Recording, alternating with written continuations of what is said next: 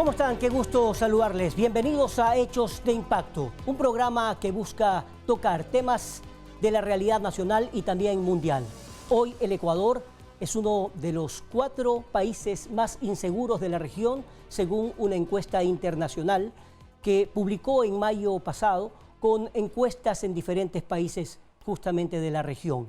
Vamos a discutir este tema y qué es lo que estamos haciendo y qué debemos hacer como país, como Estado y como sociedad.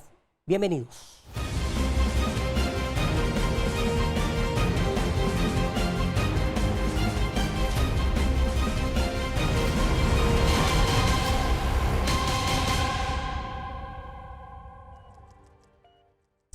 Bien, pues después de esta panorámica, ahora vamos a presentar ya en el set principal a Edson Alvarado, el presidente de la Regional 5 de AME, y también al coronel en retiro Mario Pazmiño, ex jefe de inteligencia, con quien vamos a conversar sobre este tema que por supuesto nos mantiene en vilo a los ecuatorianos y también a la región, pero no solamente para criticar y hablar de los causantes o los responsables, porque eso más o menos ya lo tenemos absolutamente claro. La idea es ir adelante. Les agradecemos por su presencia.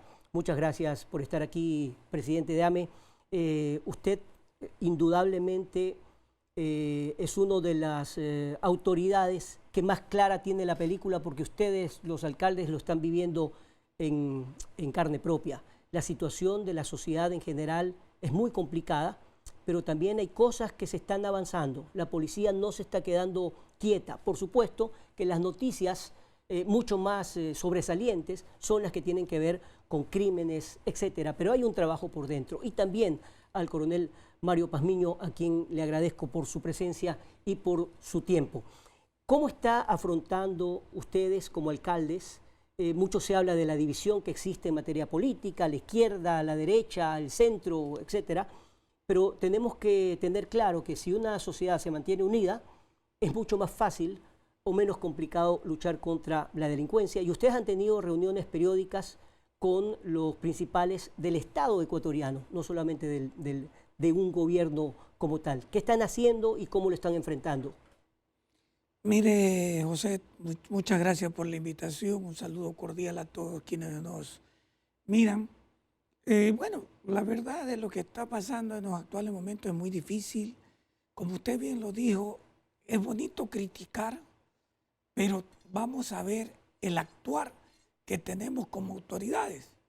Nosotros no somos competentes para poder atender la materia de seguridad, pero sin embargo, los municipios hemos entregado cámaras, hemos entregado vehículos, hemos entregado logística, arreglado muchos vehículos para ayudar en algo, para mitigar lo que es la delincuencia. Pero más allá de esto, ¿quién es el competente y quién debería ser con los pocos recursos que tenemos y con lo mucho que dicen deben de darle a la policía? Es el gobierno nacional. Si no cumple con sus tareas, porque la policía no tiene armamento, no tiene chaleco, la policía no tiene vehículos, la policía no tiene... No sé, ¿qué más podemos pedir a la policía? La policía está llena de valores, nada más. Pero para enfrentar a una delincuencia como la que estamos enfrentando al día de hoy, no tiene los suficientes elementos para poderlos hacer. Ahora, es indiscutible que en los 221 cantones que tiene este país, la responsabilidad mayor de ustedes como autoridades, de los alcaldes, es justamente atender con obras sociales en sus territorios para combatir la delincuencia, por un lado, no necesariamente con armamento, porque ese no es su competencia, usted lo ha dicho, Exacto. pero sí con obras. Es decir, hay mucha gente que en los barrios periféricos necesitan hacer algo. Mire, en lugar de estar abandonados. En realidad, ¿qué están haciendo en materia social? En materia social, al menos nosotros, los alcaldes que estamos dentro de la zona 5, estamos tratando de ayudar en lo posible a la juventud, dándoles canchas deportivas, haciendo recreaciones, tratando de mitigar en cuanto a los adictos de la droga, tratando de ver qué es lo que podemos más allá atender de los pocos recursos que tenemos. Vuelvo a insistir, pocos recursos, porque cada día nos recortado recursos. El señor presidente de la República nos dijo una vez en varias reuniones que nos iban a devolver 821 millones de dólares que nos quitó el gobierno anterior. Pero hasta la presente fecha ya nos vamos los alcaldes y no se han entregado un solo centavo. Ahora dice que van a incrementar, pues esperemos que se incremente, que se van a dar, esperemos. Nosotros estamos ayudando a la gente, los diferentes municipios, lo que tratamos de hacer es tratar de cumplir y muchos no hemos cumplido. No nos olvidemos que venimos de 2 años de pandemia, mi querido José. 2 años de pandemia, venimos de paros, venimos de recortes. Todo eso ha perjudicado el trabajo que estamos haciendo como municipios. Parece que los únicos que se armaron en esos años en que imperó justamente este problema de la pandemia fueron solamente las bandas delictivas. Coronel Mario Pazmiño, usted analice el tema de manera estratégica, no solamente Ecuador, sino la región. Leí hace pocos minutos en la presentación una encuesta en que el Ecuador aparece superior en cuanto a índices de inseguridad, superior a Perú, a Colombia, a Venezuela, inclusive a México. Coronel. Es un cordial saludo para los televidentes, también para mi contertulio en el estudio. Yo creo que los diagnósticos se han hecho ya por diferentes años y se han dado un sinnúmero de escenarios situacionales de lo que está atravesando nuestro país. Pero más allá de esos escenarios y de este tipo de análisis, yo creo que es fundamental el manifestar que nuestro país se ha convertido en un santuario del crimen organizado transnacional. Y eso es sumamente grave, porque esto implica que existe una gobernanza criminal en la cual participa parte de las estructuras estatales en una convivencia armónica con la delincuencia organizada y con la misma sociedad. Por eso es que usted tiene santuarios en las principales ciudades del país, en donde las autoridades del gobierno, las autoridades de las diferentes instituciones no ingresan a esos sectores. ¿Por qué no ingresan? Porque existe una gobernanza delictiva. Y una gobernanza delictiva se entiende como una coparticipación de 3 actores: gobierno, bandas criminales y sociedad. Todos ellos en una conjunción para poder continuar administrando esta actividad delictiva, sea esta por extorsión, por diferentes acuerdos que han llegado con diferentes autoridades o por las pugnas que existe entre varias organizaciones delictivas. Esa es la realidad de nuestro país. Y yo creo que lo importante aquí que debemos de remarcar es que este tipo de situaciones pues no solo se presentan a nivel del contexto nacional. Nuestro país tiene una característica especial y que no la estamos visualizando. Es que nuestro país tiene un vector, el vector más importante de la salida de droga de Colombia. Ese vector genera el 75% de la salida de droga de Colombia, más importante que la salida de droga que se realiza desde Venezuela. Venezuela solo tiene el 25% de toda la producción de cocaína que genera Colombia, sale por Venezuela. El 75% sale por el vector que comprende el departamento de Putumayo, Nariño y la provincia de Esmeraldas y Sucumbíos y Carchi. Todo ese vector que está ahí genera este 75%. ¿Cuánto es esto aproximadamente? Cerca de 800 toneladas de cocaína que ingresan anualmente a territorio nacional. Y ahí va la parte que usted acabó de mencionar inicialmente. Somos considerados como el segundo país más violento, indudablemente. Pero recuerde usted también los informes que sacaron Naciones Unidas. Somos el 3er país en decomiso de droga. Y las autoridades festejaron, diciendo, sí, estamos haciendo un trabajo excelente. Ilusos. Porque, señores, lo que quiere decir es que hay mayor droga que está circulando por el país. Ahora, coronel, perdón que le interrumpa. Sí. Este es un problema regional. Usted lo anota claramente y hay estudios internacionales que así lo dicen. Inclusive desde los propios Estados Unidos. Han reconocido que este es un problema global. El Ecuador enfrenta un problema que Colombia lo vivió hace más de 50, 60 años, una violencia brutal. Perú inclusive con no solamente narcotráfico, sino terrorismo.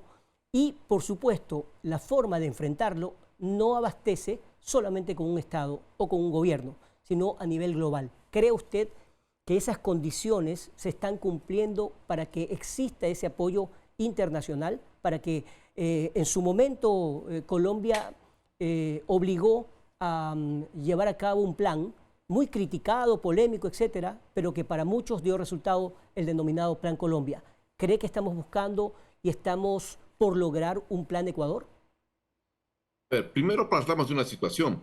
No es que el país no presenta las condiciones que se presentaron en la década de los 80 en Colombia y en la década de los 60 en México, no. Más bien yo creo que estamos rebasando ese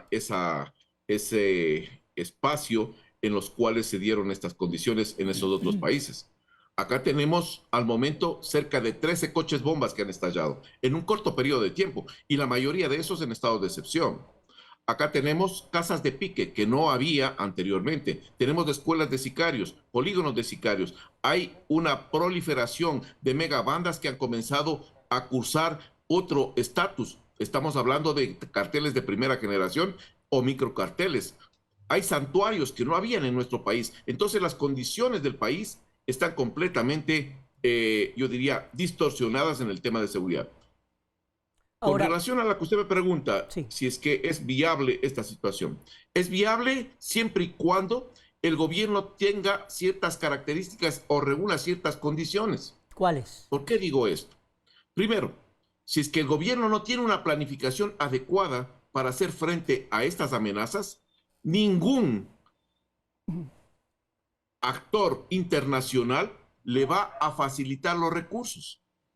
¿Qué quiero decir con esto? Voy a poner un ejemplo. El Plan Colombia invirtió aproximadamente 13.000 millones de dólares. 7.000 millones de dólares salieron de Colombia y los 6.000 millones de dólares de contribuciones internacionales. El punto aquí central es que para hacer eso presentaron una planificación a la comunidad internacional. Dijeron, con este plan vamos a hacer estas cosas. Aquí no tenemos ni un plan todavía sobre el tema. No Estamos hay plan, hablando de sí. pero si se han reunido por diferentes circunstancias y en diferentes épocas los entes estatales y de seguridad, ¿cómo no se va a ver el plan? El presidente de la República, Guillermo Lasso, ha dado entrevistas, inclusive públicamente ha dicho que hay todo un estudio que se está poniendo en práctica, pero que obviamente no se puede hacer público cada una de esas estrategias. ¿Qué se le recomendó al presidente de la República? Porque como presidente del Observatorio de la Seguridad Integral del Estado, nosotros le hemos recomendado con 19 documentos de políticas estratégicas, análisis políticos estratégicos que se le entregaron al presidente de la República y a las principales autoridades. Y ahí se les dice claramente las cosas que se tienen que hacer. Coronel, lamentablemente no hay decisión política para ello. Quiero detenerme justamente para hablar en el siguiente bloque justamente de esas recomendaciones puntuales que ustedes han realizado y cómo ha sido justamente esa recepción. Vamos a la pausa comercial y continuamos con más de Hechos de Impacto.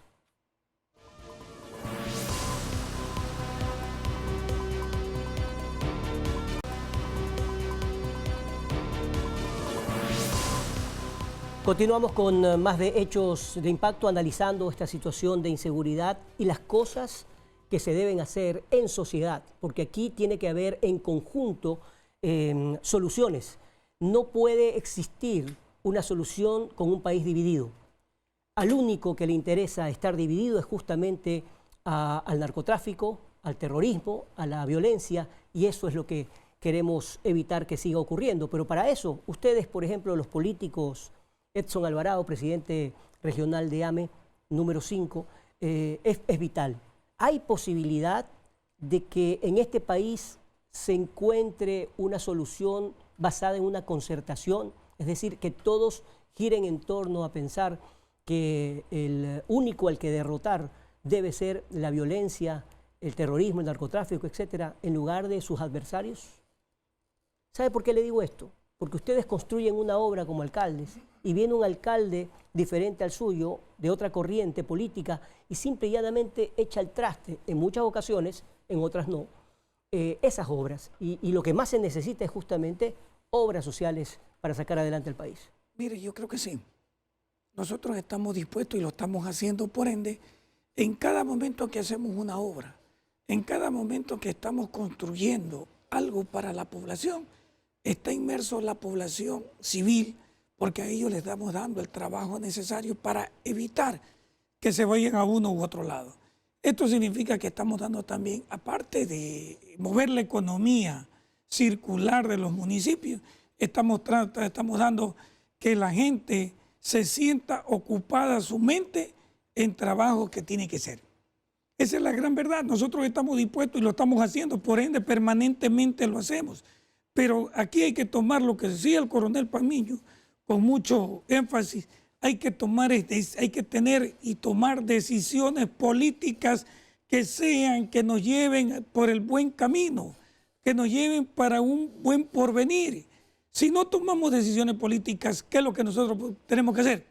Aquí, por ejemplo, vemos a diario y las denuncias que nosotros tenemos, es que a uno que vende salchipapa en la esquina le piden $1 diario. Al otro que tiene la famosa vacuna. Y el otro que viene. Pero yo tampoco no leemos que somos estructuras grandes. O sea, a veces también estamos extorsionadores sencillos que están por ahí, que quieren sacar o lucrar de la ciudadanía. Hay otros que, por ejemplo, tienen un negocio que quieren y que le dicen, ¿sabe qué? Tienes que darme. Y la gente se asusta. Y por eso tenemos que tomar la decisión política en los actuales momentos. El presidente tiene que ajustarse los cinturones, amarrarse bien los pantalones para tomar las decisiones. Porque ¿sabe qué? Esto va a ser perjudicial, escúcheme bien. O sea, y el coronel Pamiño lo sabe, es perjudicial para la economía de nuestro país. Porque todos los negocios van a empezar a cerrar.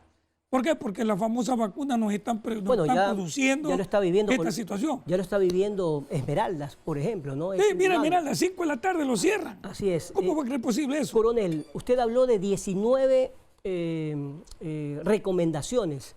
¿En qué consisten las más importantes? ¿Qué es lo que debe hacer el gobierno en materia de seguridad? ¿Qué es lo que tienen que hacer en conjunto con la sociedad civil? Porque obviamente la responsabilidad mayor recae justamente en ellos, pero no solamente en ellos. Tiene que haber un trabajo mancomunado. En Medellín, ayer conversábamos justamente con estos politólogos y exmilitares en Colombia, ¿y qué es lo que decían?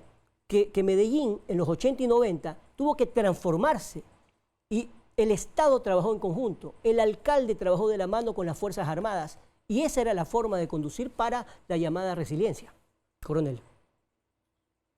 Sí, a ver, lo que sucede básicamente es que estamos observando nosotros cómo esta situación se viene y se sigue deteriorando. Es lamentable. Usted acaba de poner el tema de Medellín. Sí, y el tema de Medellín es un momento importante porque hubo una transformación en donde el Estado como tal, el municipio por otro lado, colaboraron conjuntamente y la misma sociedad para poder articular políticas. Pero fíjese lo que pasa al momento.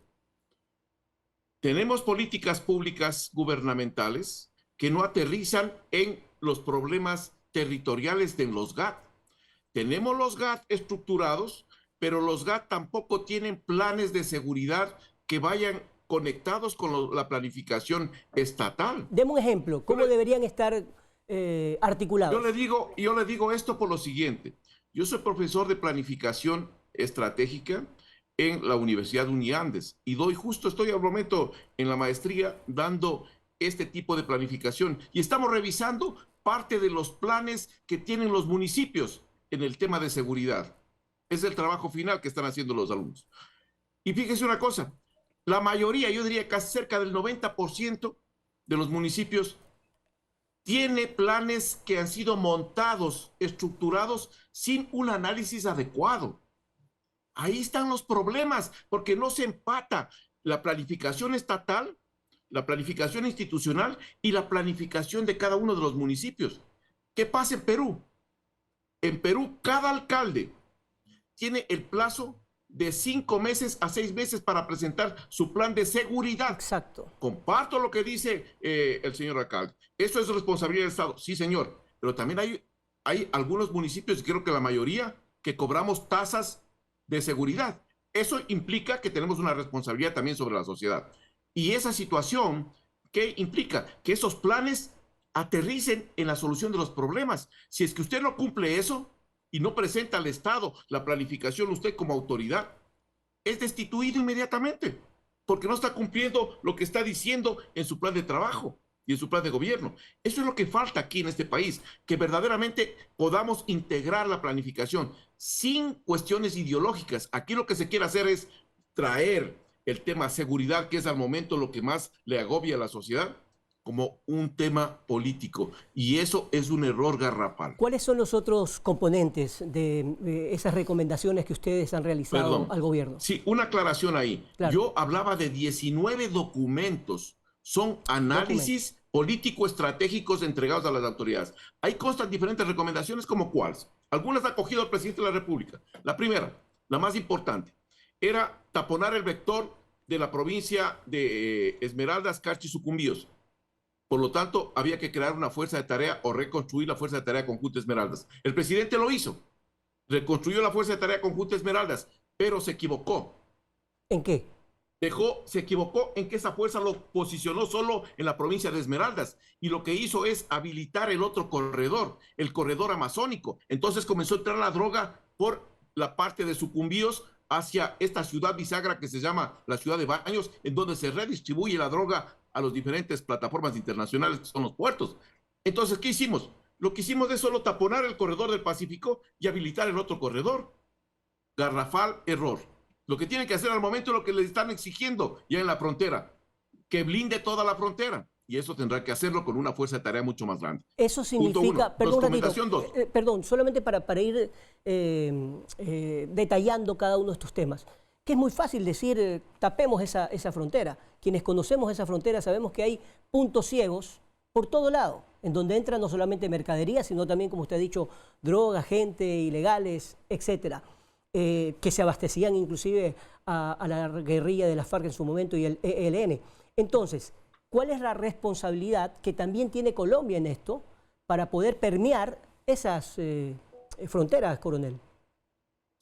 Colombia también tiene una responsabilidad en el sentido de que tendría que tener una posición fija y firme en la frontera, que no lo tiene, porque la concepción que tiene Colombia de empleo de sus tropas es completamente diferente a la nuestra. Nosotros tenemos puntos fijos, destacamentos para controlar la frontera. Ellos no, ellos tienen fuerzas móviles para controlar la frontera, porque la concepción es que si usted tiene un puesto fijo, es atacado inmediatamente por la guerrilla. Entonces, ellos tienen fuerzas de tarea móviles que se mueven ahí y van tratando de empujar el problema no hacia el interior, sino hacia donde estamos nosotros. Entonces, ¿qué necesitamos allá? Otra fuerza de tarea que se mueva, se desplace para que pueda contener esto.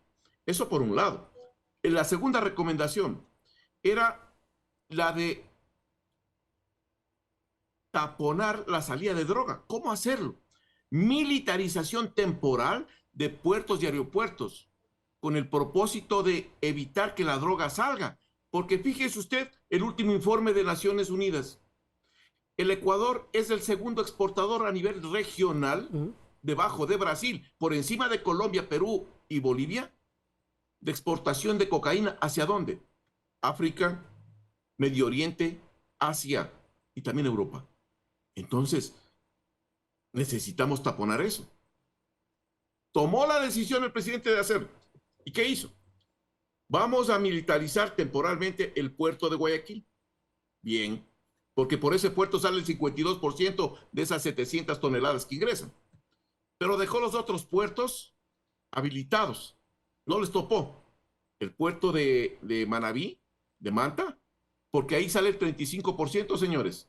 Tercera recomendación, conformar una fuerza de tarea para el litoral ecuatoriano, con 2 misiones específicas: combatir el crimen organizado y segundo, restablecer los niveles de seguridad que tanto necesitan las provincias de la costa. Cuarta recomendación, era necesario y vital cambiar el modelo que existe al momento en este país y que cerrado es de la seguridad ciudadana y la policía comunitaria.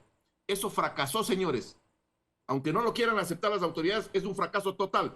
Porque usted con un PAI, UPCs que plantaron en todo el país, no tiene ni los recursos, ni el personal, ni el material para poder cumplir una misión eficiente. ¿Qué quiero decir con eso? Hay un policía, un patrullero que no funciona, una moto que está botada ahí, y esa policía está pidiendo a las autoridades de los GAT que le entreguen recursos para poder hacerlo. Coronel, usted puso el ejemplo de Perú.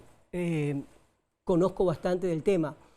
Ese trabajo en conjunto lo hicieron justamente los distritos, los municipios. Los municipios trabajaron en conjunto con esas tareas, conjuntamente con las Fuerzas Armadas. Y recordemos que, por ejemplo, en Perú, para no solamente hablar de Colombia, existen varios tipos de policías especializados en diferentes escenarios. Ese no es un trabajo en conjunto con el que podrían colaborar de manera mucho más fuerte con los municipios. Sí, hay algunos temas que hay que copiar de otros países y que eso hay que aterrizar en la realidad nacional. Fíjese, por ejemplo, usted se refiere a los serenazgos que tiene el Perú y que podríamos aplicarlos acá. ¿Cómo lo podría aplicar acá? ¿Y qué es lo que yo recomendaría? Que, por ejemplo, invierta el municipio en la policía municipal con estas cámaras que llevan en los cascos, en las gorras, cada uno de los policías, con el propósito de hacer una vigilancia permanente de lo que está pasando en el entorno, y también contribuye indirectamente a que no se den las extorsiones ni la corrupción por parte de esos funcionarios públicos. Esas cosas son importantes. Eso hay que hacerlo, porque mientras más presencia sea de policía metropolitana, sea de policía nacional, sea del ejército, sea de quien sea, de empresas de seguridad que se han especializado y han sido reconocidas y han sido autorizadas para hacerlo, pues con todo ese contingente usted forma lo que se denomina las fuerzas de seguridad antidelincuencial, con un concepto diferente. Y el papel que cumplen las Fuerzas Armadas, miren, esta es una discusión que se habla cuando estamos en un almuerzo familiar, cuando estamos en una reunión social, etcétera. Todo el mundo habla de las Fuerzas Armadas. No, ese no es el rol que tienen las Fuerzas Armadas de salir a las calles porque están adiestrados para otra cosa. Pero con todo el respeto y el cariño que le tenemos a las Fuerzas Armadas, a nuestros héroes, la guerra es interna ahora. La guerra ya no es externa, ya el enemigo no está afuera, en las fronteras, etcétera, está aquí. Entonces, esa redistribución del papel que tiene que tener las Fuerzas Armadas, ¿no es momento también de asentarlo? O por último, de llamar a una consulta popular y decir cuál va a ser el nuevo papel de las Fuerzas Armadas. Estamos al momento planteando que en la consulta popular, si es que las Fuerzas Armadas deben de participar directamente en los aspectos de seguridad interna del país. Y hay un pronunciamiento de la Corte Constitucional que le dice, no señor, el mismo Estado y las funciones del Estado le dicen, no puede participar ahí. ¿De qué estamos hablando? ¿Por qué no puede participar? Es que nosotros mismos nos ponemos la soga en el cuello, señores. Nos dicen, no participe usted, señor, ahí. Eso está inconstitucional. Es atentatorio de los derechos, usted no tiene formación. Entonces le dicen, bueno, pues no tengo problema. Sigan ustedes con el problema que tienen allá. Eso es como cuando conversamos,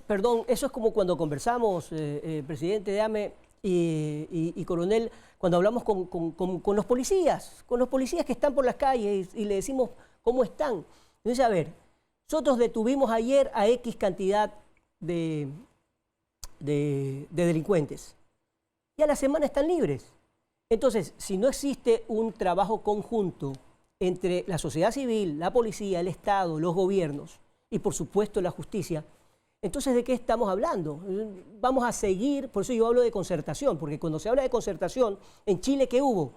Se tuvieron que poner de acuerdo la izquierda y la derecha para decir, vamos a terminar con los problemas que habían de desapariciones y, bueno, haríamos programas enteros para hablar justamente de aquello. Y se terminó en gran parte, pero porque hubo una sociedad mucho más madura, que eso no estamos viendo aquí, lamentablemente.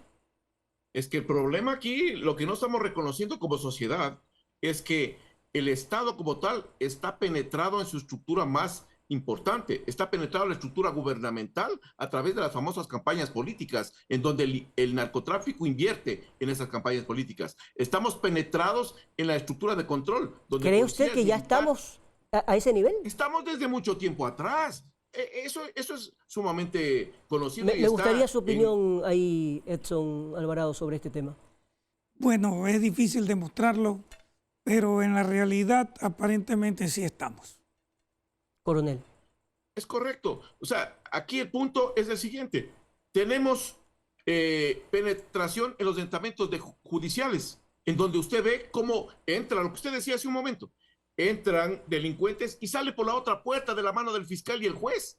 Entonces, ¿de qué estamos hablando? Una penetración en el estamento también de justicia y una penetración en el último estamento, que es el estamento social, en donde parte de estas organizaciones han comenzado a hacer una metástasis en la sociedad. Y por eso yo hablaba inicialmente de lo que se llama la gobernanza criminal. Una banda delictiva, hoy día un microcartel o cartel de primera generación, como se denomina, esa estructura comienza a desplazar el control del Estado sobre un espacio territorial y apropiarse de ese Estado. Entonces, eso le conviene, porque a la larga o a la corta, posteriormente, ese espacio territorial que va ganando le va a servir para entrar en la política o para utilizar a los actores políticos como parte de esa estructura. Eso es lo grave, y hacia allá es lo que estamos viviendo en la actualidad. Entonces nos quejamos de que existe una situación de inseguridad en el país, pero no afrontamos la realidad como tal. Esos son los problemas que tiene el país estructurales. Ahora, es indudable que, bueno, estamos a las puertas de una campaña electoral. Hay una lid electoral seccional en febrero, y estos temas seguramente se van a tocar en esa campaña. ¿Quiénes son los llamados a cambiar esa situación? Por un lado, por supuesto, la Asamblea, porque allí es cuando hay que cambiar algunas normas. ¿Ustedes están dispuestos como alcaldes a hacerse cargo en parte de la lucha contra la delincuencia? Es decir, en lugar de solamente, y digo solamente no de manera peyorativa, de entregar autos, gasolina, etcétera, sino redistribución del orden estratégico para el tema de seguridad. Lo que pasa es que nosotros no somos técnicos en policía. La policía es la única que tiene las técnicas necesarias, vinculantes para tratar este tema. Nosotros como municipio podemos dar el aporte necesario. Es decirle, lugares donde pueden reunirse, lugares donde pueden estar, lugares lo que puedan hacer, que eso lo hacemos. Pero sin embargo, liderar las situaciones dentro de los municipios es muy difícil. Usted verá en los actuales momentos, por ejemplo, en Balsar, mataron al esposo de la vicealcaldesa. El alcalde ya no puede andar con una sola persona, con el chofer, tiene que andar con 3, 4 personas.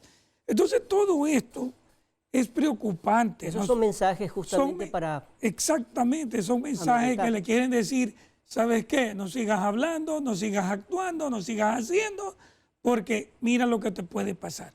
Entonces, ¿qué es lo que hacemos nosotros como autoridades? La policía, y algo que yo tengo que rescatar. Aquí no es solamente el gobierno, y lo decía muy bien mi estimado contertulio, y es la gran verdad. Aquí tenemos que estar la justicia, la Corte Nacional, aquí tenemos que estar la Fiscalía General del Estado, aquí tenemos que estar el Gobierno Nacional por medio de todos sus ministerios, aquí tenemos que estar los municipios, la sociedad civil, policía, ejército, todos tenemos que estar. Pero miren, hoy nos reunimos en una mesa, hablamos tanto 4 o 5 horas y mañana no sabemos que volvemos a reunir y para hablar 4 o 5 horas. Y en la realidad concluimos en que tenemos que hacer, pero no en las reuniones no hemos podido hacer nada. Después de la pausa comercial hablaremos de esos 19 documentos, dónde han ido a parar y cuál es el trabajo en conjunto, la retroalimentación que han tenido justamente con el gobierno y los diferentes estamentos que tienen que ver con la seguridad de este país. Volvemos después de la pausa comercial, estamos en Hechos de Impacto.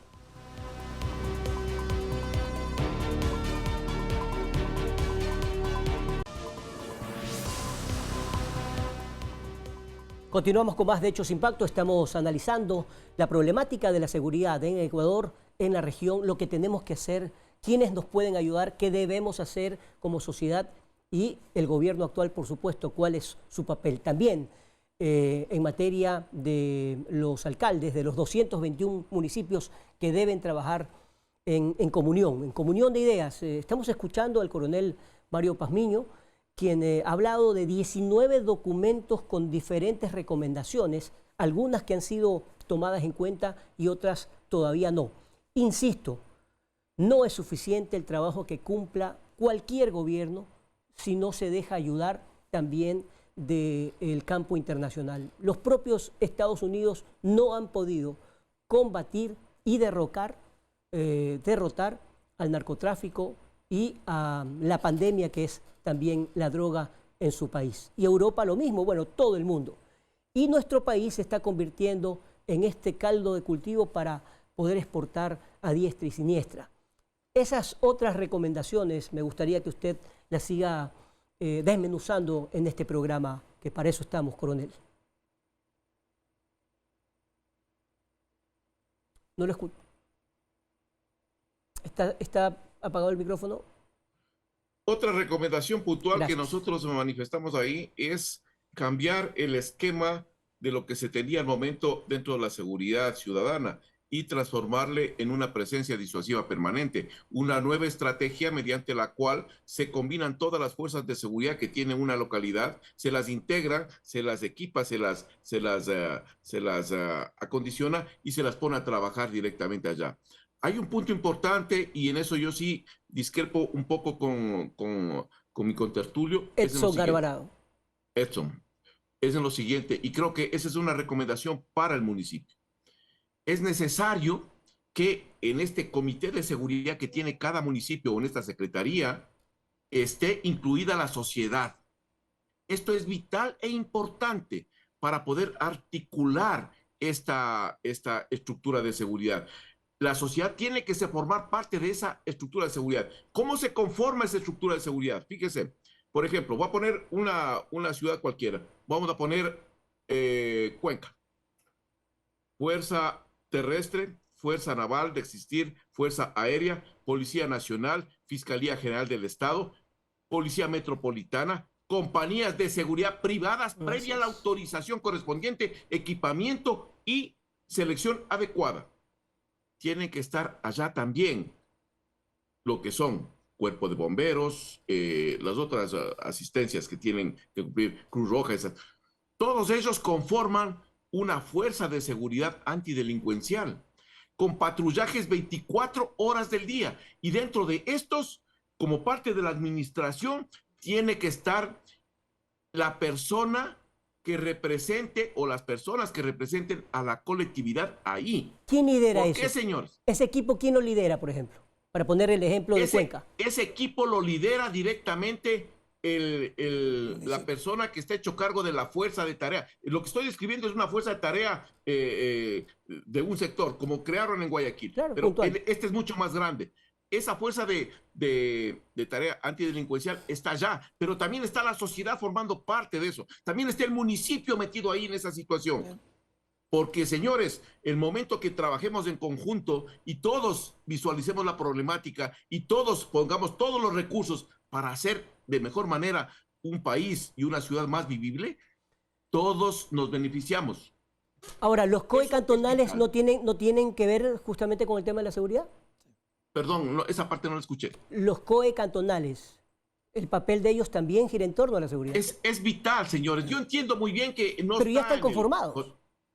Están conformados, tienen que integrarse directamente. El COE, el ECU 911, todos esos organismos tienen que estar ahí, porque la seguridad no es, señores, fraccionada. No quiere decir que el COE, yo administro mi visión de riesgo y gestión de riesgo desde mi óptica. No, señor. Tiene que responder directamente a quién, a este organismo que se está creando con este tipo de lineamientos. Eso es lo importante. Coronel, imagínese ese escenario. Imagínese ese escenario, señor Alvarado, abogado Alvarado.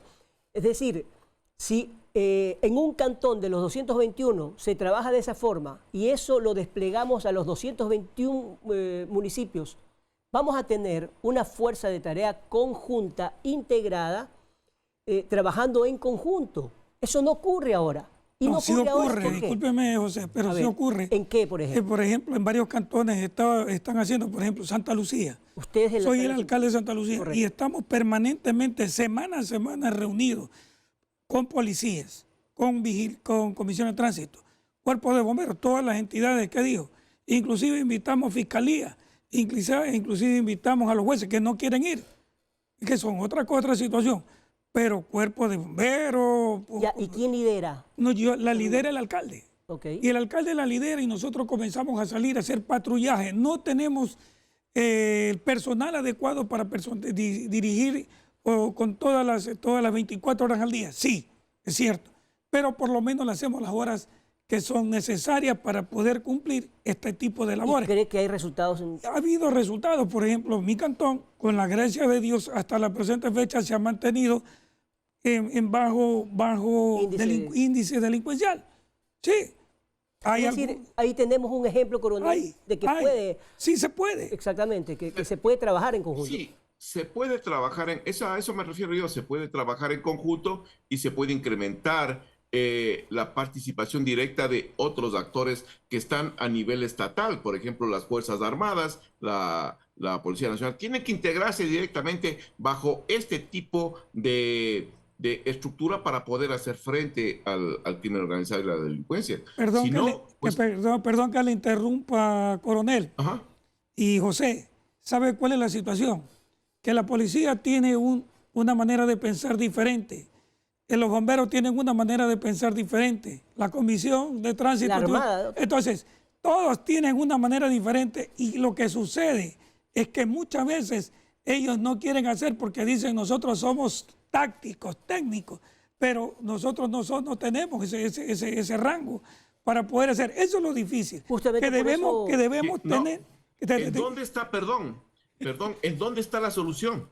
La solución está en la planificación, en donde a cada uno se le da su misión específica, de acuerdo a sus competencias y roles. Entonces, pero tiene que haber una planificación, lo que no existe al momento en los municipios ni existe al momento en las otras jurisdicciones. Entonces, se van a una mesa de seguridad y cada uno cree que lo que va a hacer es lo que está bien. Yo como policía hago esto, yo como ejército hago esto, yo como fiscalía hago esto. Cada uno hace lo que considera. Nuevamente regresamos al punto. No hay políticas públicas claramente definidas, no hay una planificación integral, entonces cada uno de las instituciones hace lo que puede. Y algo muy importante. Aquí lo que hay que cambiar, señores, lo que hay que cambiar es que tiene que haber una planificación en la cual todos rompan esos paradigmas estructurales y se pongan a trabajar en beneficio de la sociedad. Por eso yo decía una cosa, tiene que estar dentro de esa estructura un componente social de la sociedad. Porque, señores, ¿a quién estamos nosotros proporcionando este servicio? ¿A la sociedad?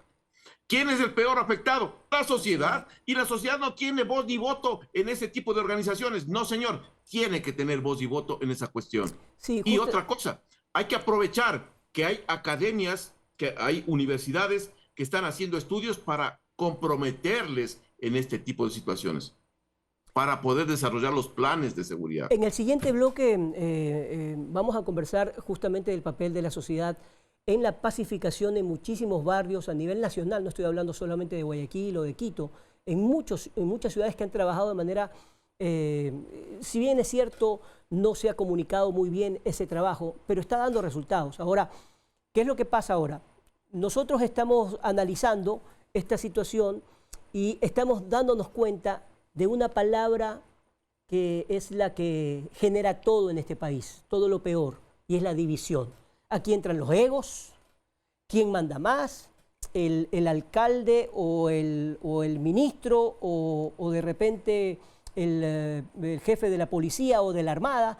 Hemos sabido que entre la Comisión de Tránsito y la policía no se llevan bien, que la armada no se lleva bien con el ejército. O sea, estamos hablando de un país dividido y el caldo de cultivo justamente para aquello es justamente la división. Entonces, estos COE, estos trabajos que usted está recomendando, coronel, tiene que haber la participación de todos, pero el liderazgo de alguien, y a eso me refiero y quiero hacer hincapié en aquello. ¿Quién tiene que liderar? El que sabe más de seguridad, pues. diría yo. A ver, el tema ahí es el siguiente.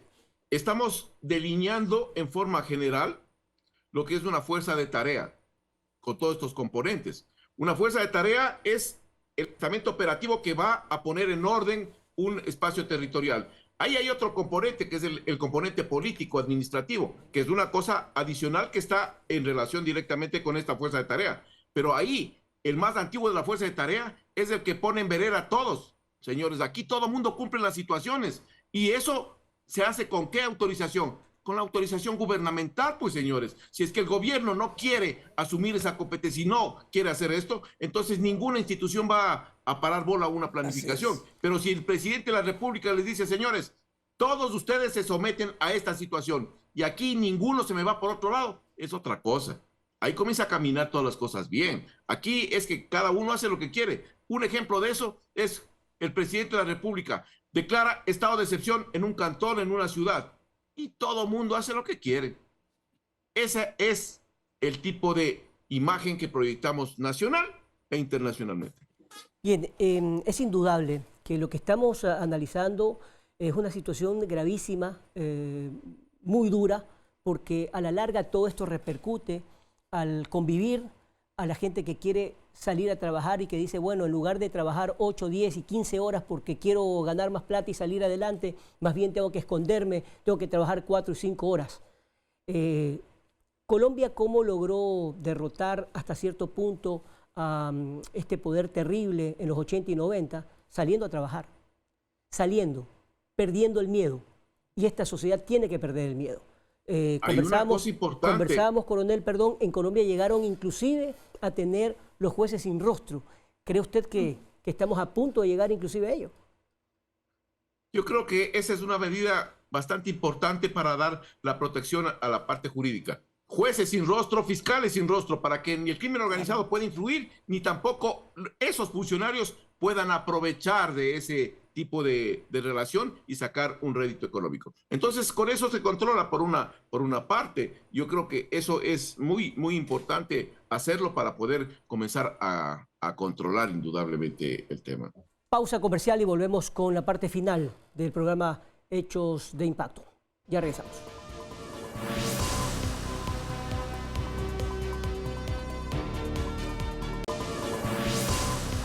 Ahora, yo quería centrarme en estos últimos 10, 12 minutos que tenemos de programa para hablar del trabajo de la sociedad civil que se debe cumplir para pacificar los barrios.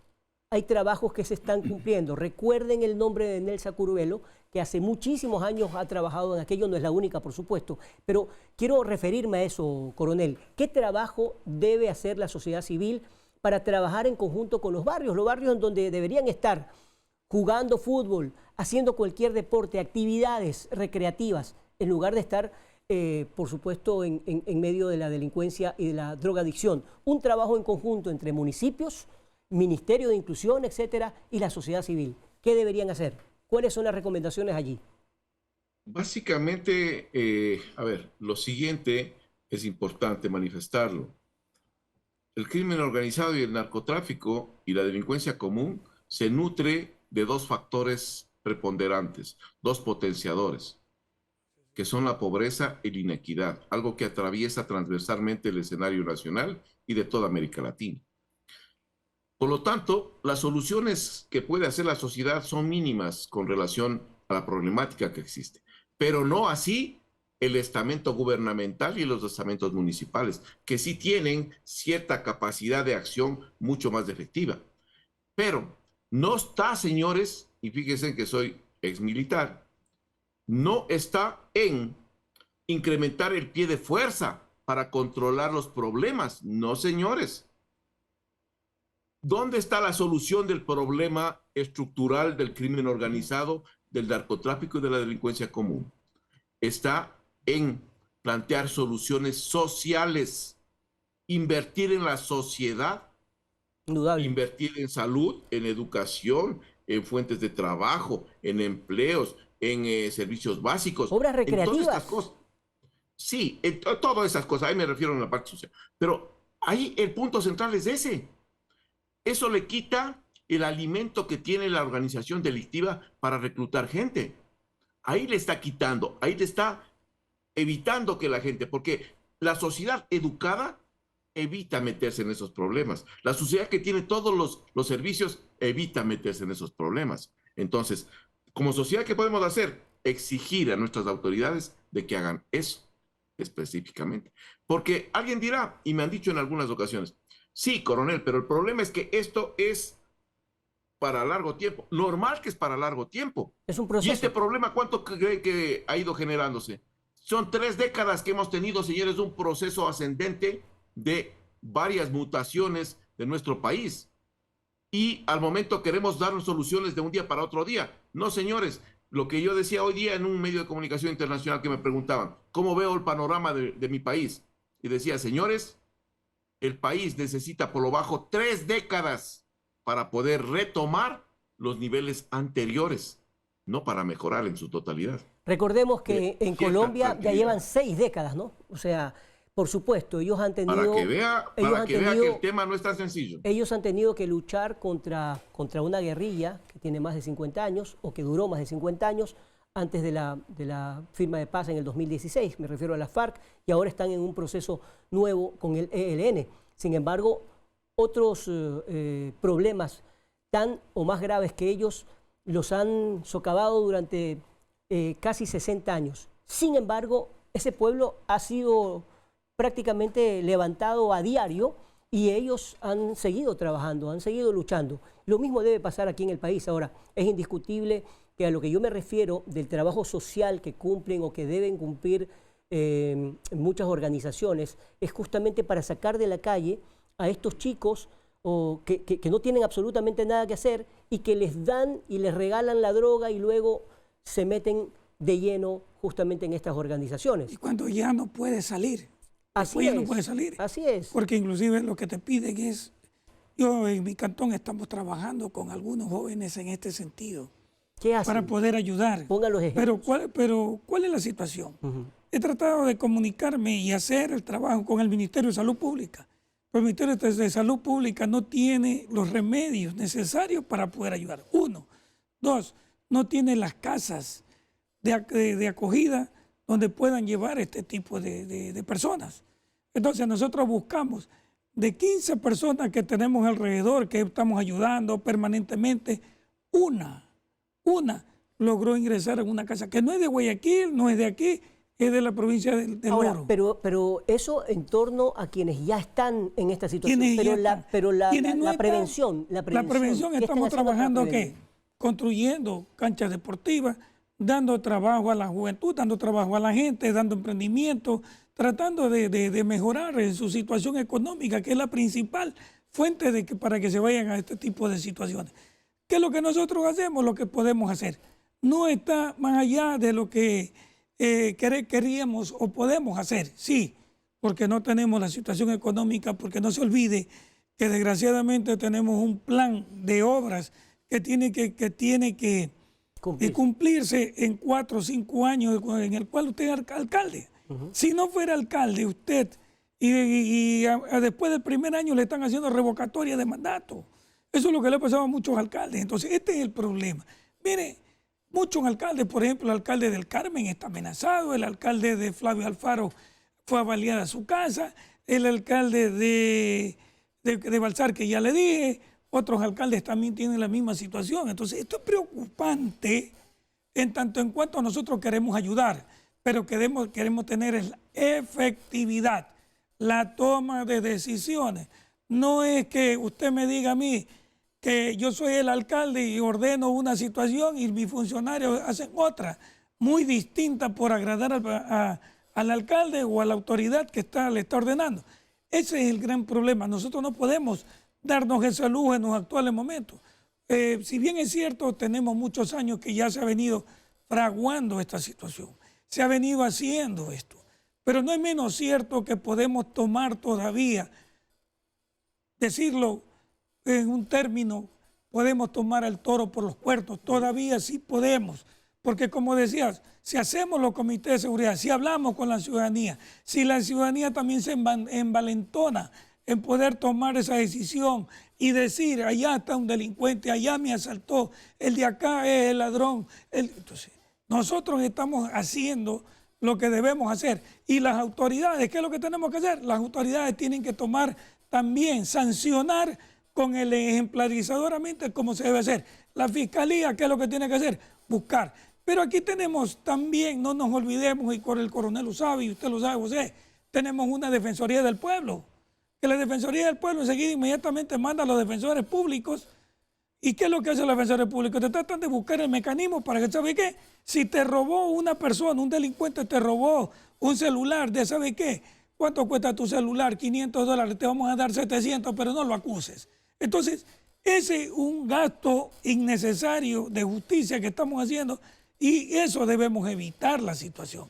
Todas estas situaciones se pueden, pero en coordinación, coordinar con todas las organismos competentes y las autoridades que son necesarias en este momento y que son las que conocen el tema. Bueno, es la clase política la que tiene el sartén por el mango, porque son ustedes los que prometen en una campaña electoral todo lo que estamos hablando para mejorar esta situación. Y cuando terminan, por ejemplo, en la Asamblea, estamos viendo una división brutal en donde las soluciones no hay. Y por supuesto, si no hay esa tarea de cambiar la manera de hacer política, indudablemente la sociedad termina decepcionándose. Los jóvenes no quieren saber nada de política, más bien dicen lo que queremos es irnos de este país. Y allí es que hay que aterrizarlo.